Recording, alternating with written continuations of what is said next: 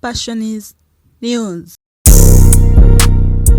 Kambasuhuze kandi nizera ko mumeze neza aho muherereye mu bice bitandukanye hirya no hino yaba mu Rwanda cyangwa se hanze y'igihugu cyacu cy'u Rwanda. Turi mu ntangiriro z'umwaka rero utangiye umwaka wa 2024. Uyu munsi ni tariki ebyiri z'ukwezi kwa mbere. Yes, aho rero dusoje umwaka wa 2023. Ni umwaka wabayemo ibintu byinshi cyane muri entertainment yacu yo mu Rwanda, hano mu Rwanda.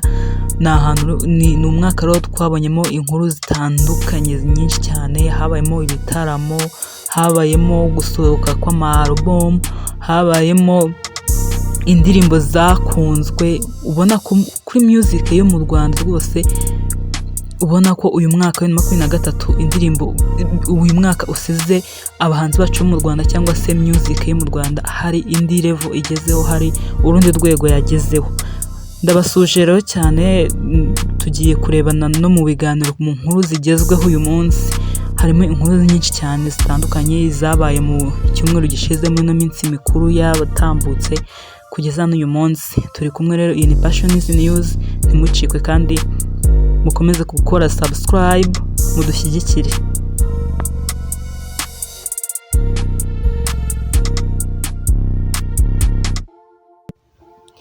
Miss Rwanda 2020, Miss Rwanda Nishimwe Naomi ubu tuvugana yamaze kuba engaged, yaproposejwe n'umukunzi we bamaranye igihe, bamaranye imyaka irenga nk'itatu bakundanye, ariko kapo ubona ko wiberanye. Abantu bayivuzeho kenshi, abo bantu baraberanye iki, abandi bavuga nyine bitandukanye. Urabizi social media zo mu Rwanda zacu, urabizi nyine trend ziba ziriho zitandukanye, abavuga ibitandukanye. Rero uyu munsi bamaze kuba engaged.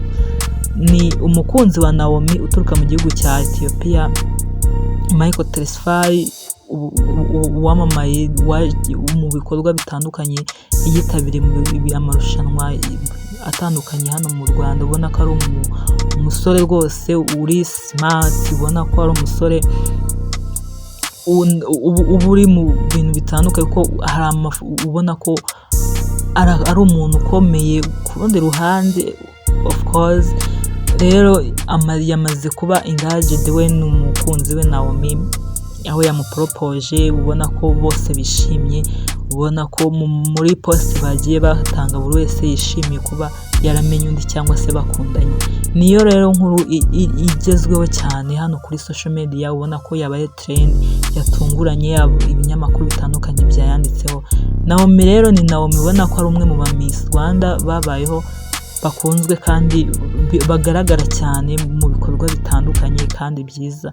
Naomi rero ubona ko ari umukobwa ufite ibintu byinshi kandi ubona ko akora cyane rwose, ubona ko ari ibintu byiza kuri we. Ubona ko ni umwe mu bakobwa rwose basobanutse cyane, ko aturuka no muri famille zisobanutse. Ariko ntabwo ari we gusa uturuka wabaye Miss Rwanda uturuka muri famille zisobanutse, ahubwo ni uburyo nyine yigaragazamo kandi ubona ko ashoboye kandi yitinyuka. Ubona ko ari umukobwa rwose mwiza cyane. Rero Naomi uyu munsi yabaye ari kwitegura kubana n'umukunzi we bamaranye iminsi. Niyo nkuru iri kuri no mihanda twavuga ko ishyushye cyane kandi yatunguranye.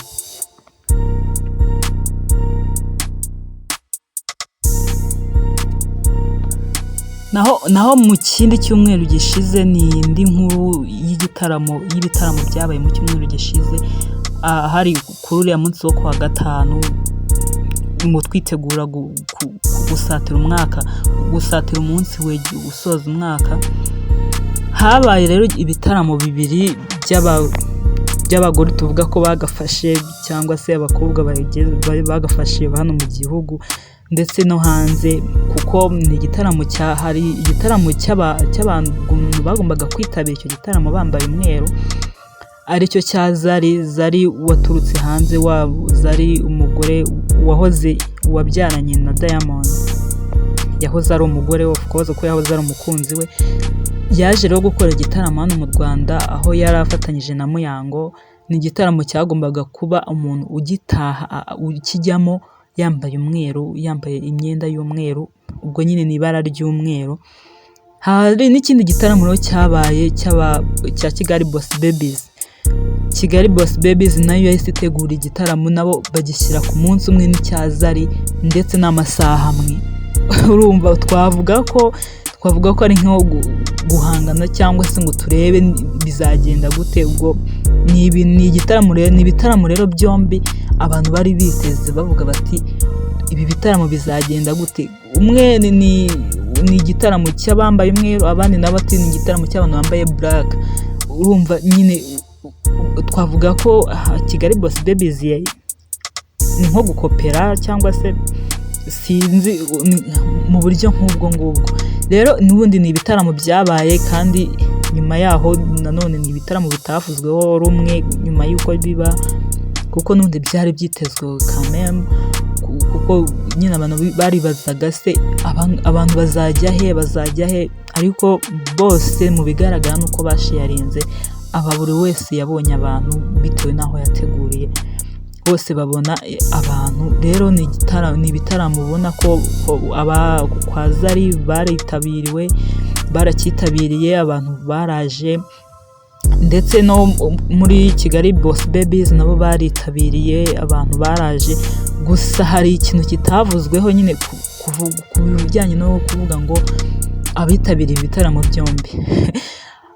Ibinyamakuru byinshi bavuga ko byari byibereye kuri Kigali Boss Babies.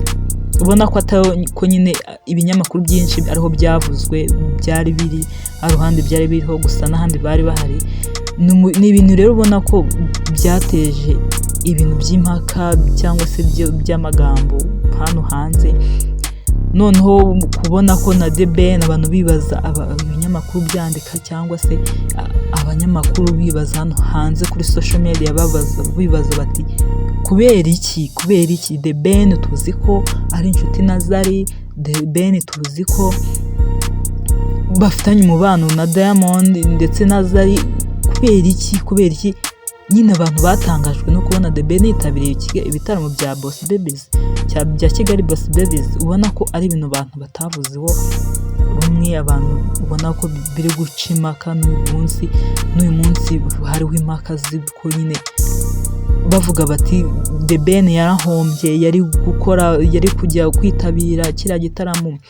Ni muri interview nanone bahera bavuga interview ya Zari yakorewe kuri RBA, amentioning indirimbo ya The Ben ko mu ndirimbo ari gukunda muri no minsi ari iriya ndirimbo ya ni Forever ya The Ben. Ubwo rero abantu bakabiheraho bavuga bati The Ben wakoze ububwa, The Ben urabona ko Zari yaragukeneye, wari kuza ukajya kumushyigikira. The Ben warahombye, yari kuza mugakorana challenge agapromoting indirimbo yawe. Ni ibintu byari kuba byiza uko Zari arakurikiranwa cyane kandi none ni hanze y'u Rwanda. Ubwo urumva rero iyo afata indirimbo yawe akayipostinga mugakorana challenge, indirimbo yawe wari gusanga ikunzwe irebwe n'abantu batandukanye, ugasanga bayipromoted. Rero abantu bari kuvuga ku bintu nk'ibyo, ariko ntabwo tuzi impamvu. Bamwe baravuga ko The Ben yagiye hariya kuko kwa Zari harimo kwishyurira, ntabyo kuvuga ngo hari abatumirwa dufite bari bwinjire nyine ku buntu wapi. Buri wese wari uriyo yarishyuriye. Bamwe bakavuga gutyo, abandi bakavuga ibindi, ariko nanone ni uburenganzira bwa The Ben bwo gushyigikira abashaka cyangwa se kujya ahashaka. Rero ni zimwe mu nkuru ubona ko zateje ibibazo hano muri industry yacu cyangwa se hano kuri social media. Ubona ko ari inkuru iri kugerwaho, bibaza kuri The Ben, bibaza na Zari. Ubona ko nyine ni kwa kundi bazana nyine ukabona abantu bakaba bateranye, ugasanga abantu babaye abanzi kandi bitari bihari. Rero ntago twabitindaho, n'ubundi buriya hari impamvu kandi byose, kandi ikihari nuko n'ubundi baritabiriwe. Ubona ko ni ibitaramo byagenze neza. Hari abo muri kwa Zari babonye abantu abitabiriye rwose ubona ko igitaramo cyabo cyagenze neza, ndetse no muri Kigali Boss Babies aho bamuritse filime yabo mbarankuru bayishyize ku mugaragaro igiye gusohoka mu minsi iri imbere. Ni icyo cyari kigenderewe cyane kugira ngo bategure kiriya gitaramo. Ubona ko nyine nabo igitaramo cyabo cyagenze neza cyane, ko ubona ko cyari kinashyushye wa mugani rwose, ubona ko ari ibintu byagenze neza. Rero nyine ni ibintu ubona ko u Rwanda ruri kugera ku yindi level, kugira abantu nka bariya bashobora gukora ibitaramo, bagategura ibitaramo bikitabirwa, noneho uburyo baperforminga ukabona ni ibintu birenze kuri level ya twari dusanzwe tuzi mu bitaramo bibera hano cyangwa se mu bantu bakora ibitaramo hano mu Rwanda. Rero urabona ko ari ibintu byiza. Reka turebe rero indi nkuru. Christopher yari amaze igihe atangaza igitaramo cyabereye i Burundi. Ubona ko nawe igitaramo cye cyagenze neza, ubona ko yari afite abantu, ubona ko abantu b'i Burundi bishimiye, ubona ko i Burundi hari uburyo bafatamo nyine abahanzi nyarwanda rwose, kuko baragenda bagera i Burundi bagatwika, ukabona abantu bitabiriye. Rero ni igitaramo ubona ko cyagenze neza, Christopher performinze neza, ubona ko nta kintu twavuga ko kidasanzwe cyabaye. Ni uko Christopher urimo urapostinga ashimira abarundi uko bitanze, uko baje kumushyigikira, ubona ko byabaye ibintu byiza rwose. Ni igitaramo yakoze kandi cyagenze neza. Iyindi nkuru rero iri kuvugwa nanone cyane, yakomeje kuvugwa, The Ben nyuma yo gukora ubukwe, nyuma y'ubukwe bwiwe hari look yagaragayemo ari mu bukwe ku bijyanye n'umusatsi cyangwa se inyogosho coiffe yari afite. Nyuma yaho rero yahise yogosha, bamwe rero bati ni umusatsi yatereshejeho, n'umusatsi yaguze, mbese bivugwa mu buryo butandukanye. Uyu munsi rero mu kiganiro yakoranye n'ibinyamakuru bimwe bya hano mu gihugu, yanyomoje cyangwa se yavuze ku rujijo rwari rusanzwe ruriho, ku rujijo abantu bishyizemo, twavuga ko bishyizemo abandi nyine umwe akaza avuga ibye n'undi akavuga ibye. Rero yabinyomojeho aravuga ngo ibi byose byari ibinyoma. Ni mu gihe rero nyuma y'ubukwe bwe yagaragaye mu bitaramo bitandukanye, nk'igitaramo cya Mbonyi cyabaye yari yakigaragayemo, igitaramo cya Kigali Boss Babies nacyo yakigaragayemo nta musatsi afite, mbese yariyogoshesheje. Nyine bagahera ko bibaza cyangwa se bamwe bakagira ishingiro bavuga ngo ni umusatsi yari yaraguze atereshaho mu bukwe bwe kugira ngo ase neza. Ubwo ariko we yavuze ko byari ibinyoma, byari ibyo ni ibinyoma, we ntago abyemera, ntago ariko kuri mu yindi mvugo ntago ariko kuri. Ubwo rero ni izindi zo nkuru ziriho, hari n'izindi nkuru nyinshi turagenda tubagezaho, inkuru nyinshi zitandukanye ziri kuvugwa no kuri social media. Gusa inkuru ishyushye cyane ni ya Naomi Miss Rwanda wa 2020 yamaze kuba engaged uyu munsi. Ubona ko ari ibintu byiza, ubona ko kabisa aba Miss bacu, ubona ko kandi Miss Rwanda, Miss Naomi, ubona ko ni umukobwa ukunzwe mwiza rwose, ufite ibikorwa bitandukanye. Yego ubona ko kuri ari trend, ubona ko rwose ni ibintu biri bisa neza. Rero reka nkomeze kubifuriza kugubwa neza, turi kumwe no mu bindi biganiro bikurikira, kandi mwibuke gukora subscribe, gukora comment ndetse na share, ndetse mukajya munatwandikira comment mukatubwira ku nkuru cyangwa se ku bindi mushaka kumva. Reka mbasezere, ciao.